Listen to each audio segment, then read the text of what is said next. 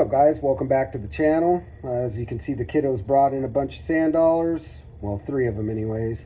And I'm going to go ahead and show you guys how we clean them. Living here on the Oregon coast, we get a lot of these. Got a little bit of experience whitening them. We give them out to our friends, so everybody seems to love them. There's a few tricks and a few do's and don'ts. The one do is make sure you wash them off really good in the sink with some Dawn dish soap before you do anything else. And the don'ts is throwing it in bleach overnight and letting it soak. If you throw this in bleach overnight and let it soak, it will make it a lot weaker. And we don't want to make them weak. Sand dollars are already very, very weak as it is and fragile. You can break them real easily. As you can see, they chip along the edges. I know they're not perfect, but when the kiddos get them, we're going to keep them. So yeah, they got little holes in the bottom which like to hold lots of sand. As you can see, you can literally shake it out. They're also filled with doves. If you've ever broke one of these open, you'd know that. We're not going to break one open today though. What we are going to do is get them really, really white. So the first step is, like I said, we're going to get them over to the sink and we'll show you how we wash them off. All right, we're going to start off with some warm water. Get it nice and warm. You're going to grab yourself one of these dollar store sponges. This is a brand new one. I just used it to wipe the sand off the counter. You're going to want an old toothbrush and some basic Dawn dish soap or Palmolive, something that's a nice soap to remove the oils. I'm just going to get my sponge wet, hit a slice. You don't want to put the soap directly onto the sand dollars. They're porous.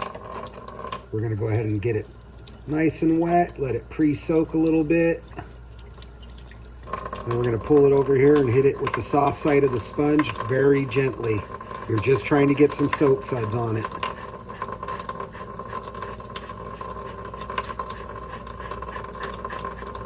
You can see the soap getting on it now. You got to understand there's a lot of different oils and greases and different stuff inside of the sand on the beach. And these things got microscopic little holes in it. It's like a sponge, so it wants to absorb all that. We're just going to give it a nice gentle rub. We're not going to try to scrub these clean with the sponge because that ain't going to work. Take your toothbrush and you're just going to gently massage these to try to break up any of the debris that might come off of it. And I'm not pushing real hard at all. I'm just working into the little grooves, giving it a little gentle rub. A lot of this is staining, and it's not going to be actual debris, so you're not going to get it off with this process. But you can get rid of a lot of the bigger chunky stuff. Just going to do it gentle. There we go, that one's done. Now I'm going to rinse it off really good, fill the hole up. Keep filling the hole up, keep shaking it out. There's little doves in there. Those little doves are going to help you get the sand out. I don't know if you guys can see that on camera. Fill it up with water, shake the doves around, shake them out.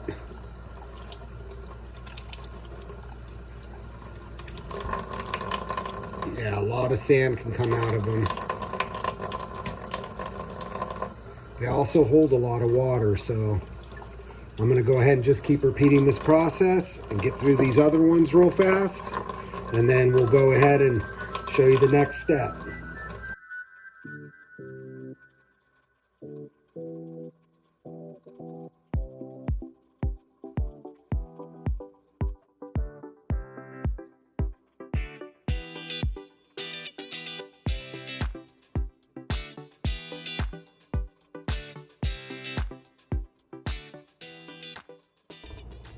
All right, using yourself a little plastic container, Tupperware container, you're going to want to put some hot water in it.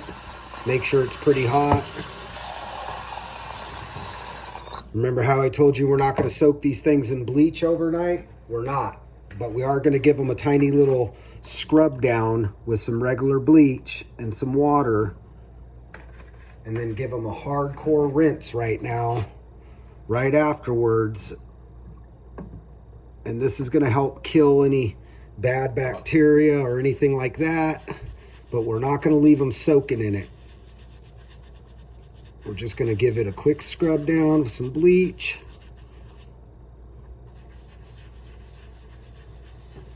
just to make sure anything that could grow don't grow.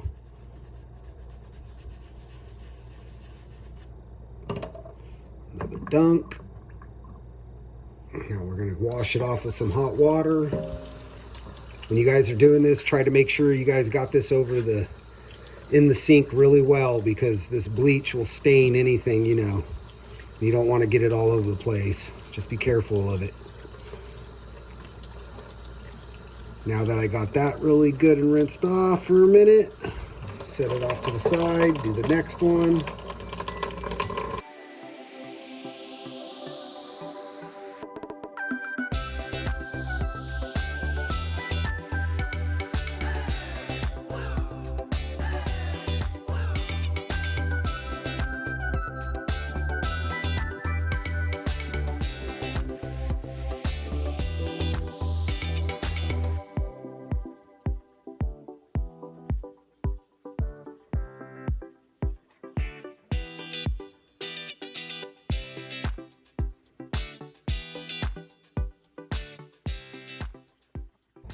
All right, once you know you got them rinsed and really, really clean and that there's no bleach left, you're gonna go ahead and take some hydrogen peroxide. This is a 3%, it's really low. You can go as high as 13%, but you're not gonna leave it in the 13% for as long. So it's a lot shorter time frame with the 13%.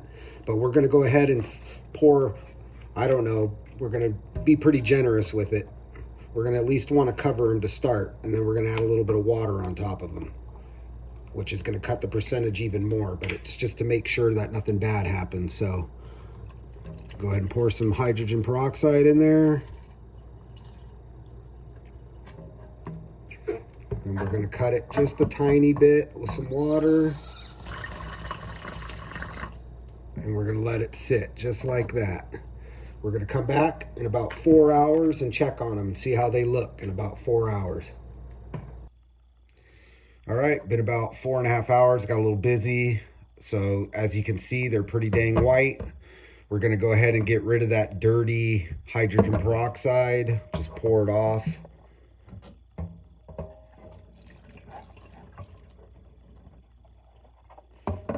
Now I'm gonna just turn on some warm water. Doesn't wanna be real hot, just warm.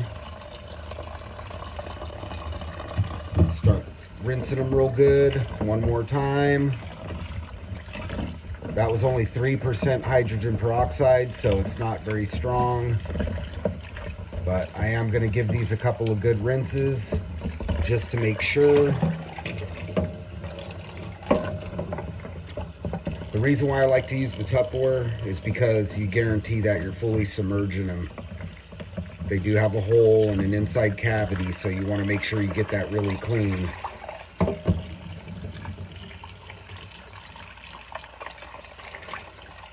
There it is. Shut the water off. We're going to go ahead and get it set up to dry. So basically, once you got them on a paper towel and the paper towel is starting to suck some of the moisture up, don't be afraid to change your paper towel out every now and then. Replace it with a new one. It'll help them dry out a lot faster. There we go. All right, I'm going to let those sit. It's going to take a long time for these to dry, and that's one of the most important parts. So you really have to have these really good and dry before the next process. All right, been about 3 days. They're super dry. I'm going to go ahead and paint on some Mod Podge using a really soft bristle brush. This will allow me to dictate what type of a sheen I want by how many applications I apply. Just to say, if you want to add a bunch of applications, you can make them super glossy, so on and so forth. I'll leave this one alone so you can see the difference. The reason why I like the Mod Podge over the Elmer's glue is because unlike the 50% Elmer's, 50% water and the dunk technique, you'll glue the little doves to the walls on the inside of this sand dollar, and you won't be able to hear them shake anymore, as well as it'll start to change color over time. The Mod Podge stays very clear, doesn't change colors. You could build up really thick coatings. I'm gonna do it on top of a piece of vinyl.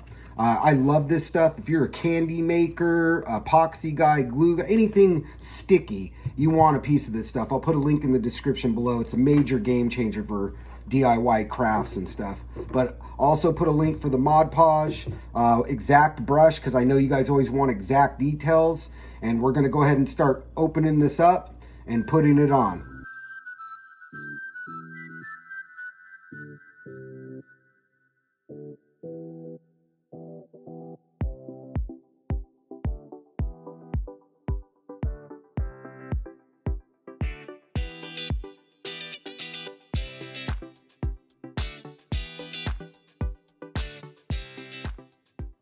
Now that we got them both done, you're going to go ahead and take your brush over to the sink, wash this sucker off with some nice warm water, get it really clean, and you're going to wait about 20-30 minutes and make sure that this brush is extremely dry before you add the next coats.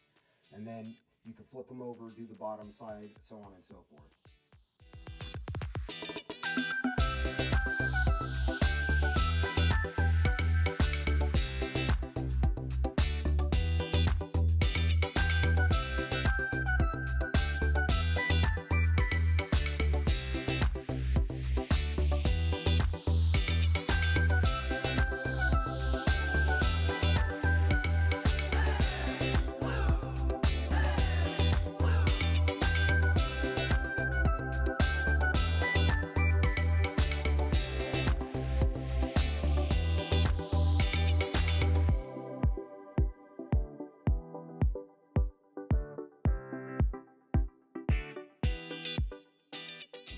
All right, they had their time to dry. That's 2 coatings on each one.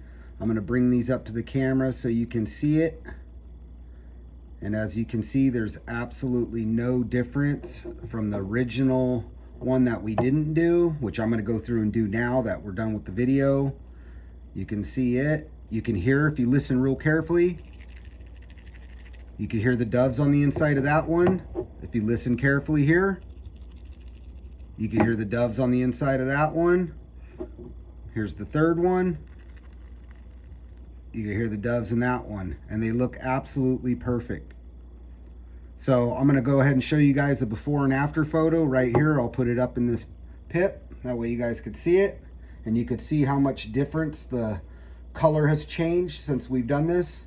And like I said, guys, we've done a lot of them, and we've ruined a few. We've learned over the years, and so far this is one of the best ways we found to do it.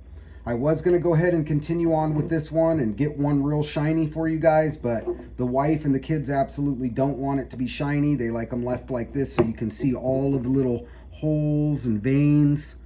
But that Mod Podge will make it a lot stronger and really protect these. So I hope you guys liked the video and found this informative. Be sure to smash that like button and subscribe, and we'll catch you guys in the next one. Later.